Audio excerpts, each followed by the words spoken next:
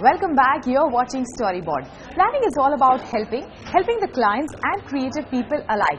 This is how award-winning writer and consultant Mark Earls, who calls himself the Herdmeister, would like to define planning within an agency setup. He speaks to Storyboard Editor Anant Rangaswami about planning as a discipline, his concept of targeting the herds, and the potential that India as a country holds. Let's hear the full chat.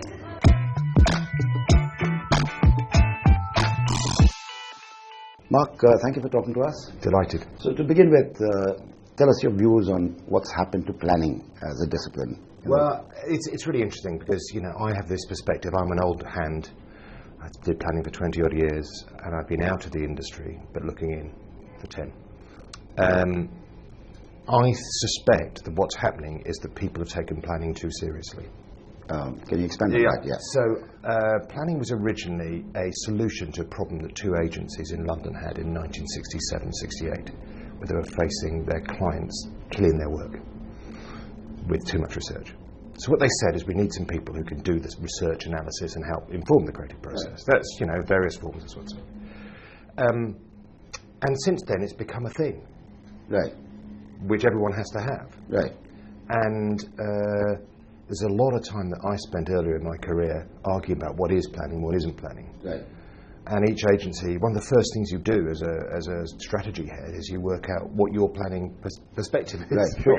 Your definition. Yeah, your definition of it is. But it's very normative, and you tend to look back to the agency you first worked at when you were first a planner. Right. So you then have this sort of cookie cutter thing around the world, and it's something that clients love paying for.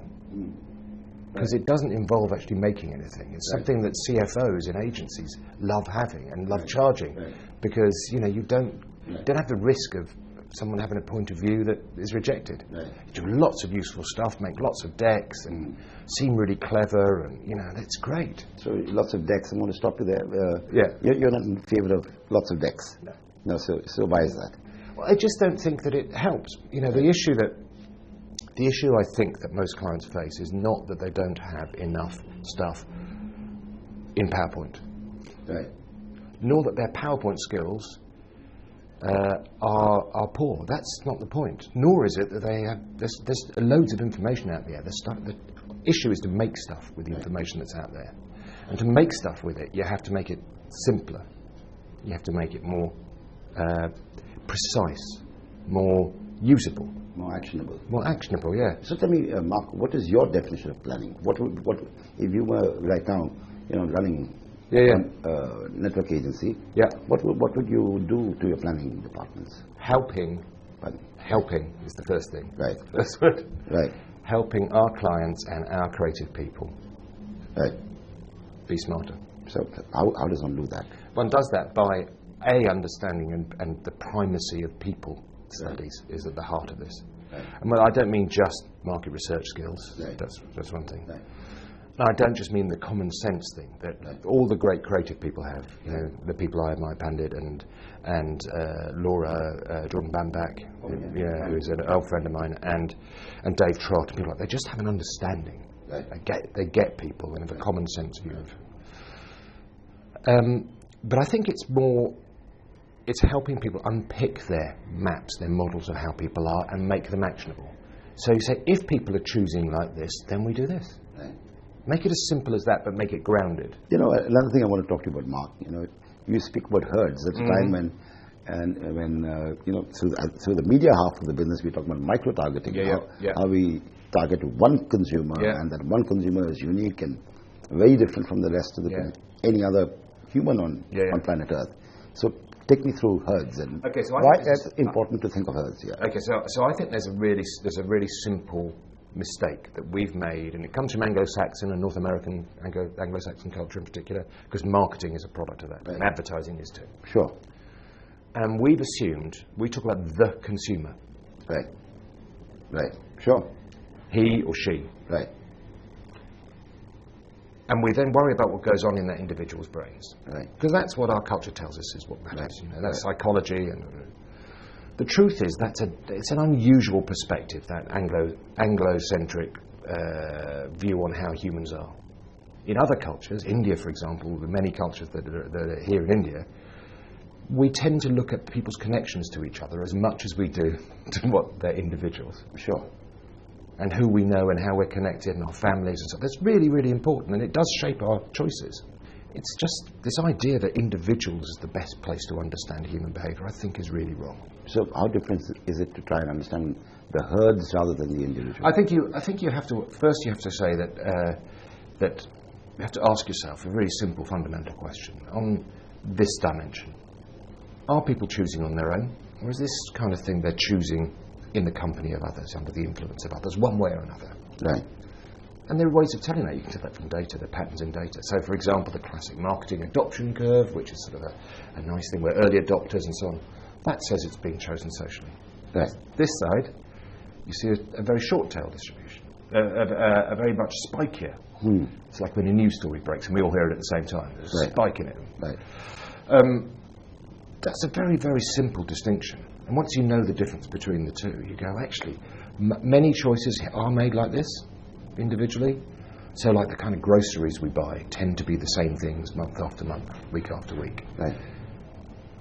Partly through just habit, not through any deep engagement, but through habit. There are some things that people choose where the better product is really important. Right. And of course there's procurement, which is now in the advertising industry and not. Yes. That's designed to stop people making decisions, to marketers to making decisions in which agencies they choose and how much they pay for it in irrational ways. So that's over there. This side, though, all kinds of things. The music we buy, how we choose to dress. Absolutely. The names we give our children. So is addressing this a planner's task, or is it a research company's task? No, it's a planner's task. Right. Because my point is that planners have to make it easy for people to understand what the task is, I think. Right. Sure. And to help them make it easy to understand what kind of solutions are going to work.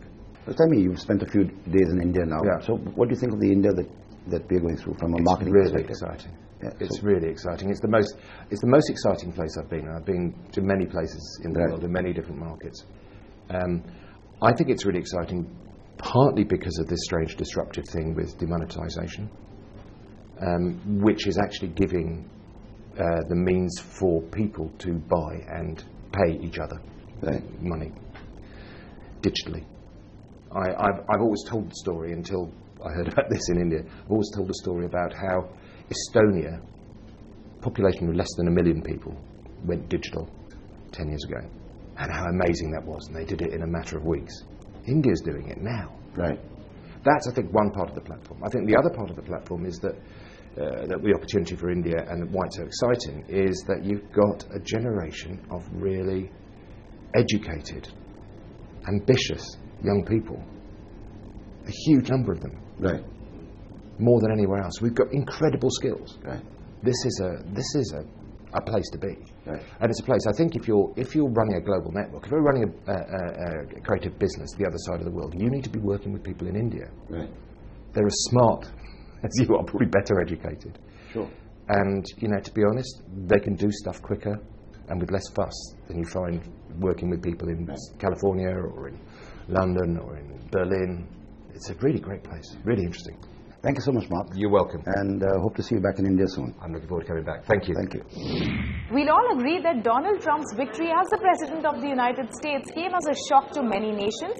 On that note, we take a short break, but on the other side of the break, Netherlands extends a warm welcome to Mr. Trump as he takes charge as the President of the United States. What's this all about? We find out on this week's notice board.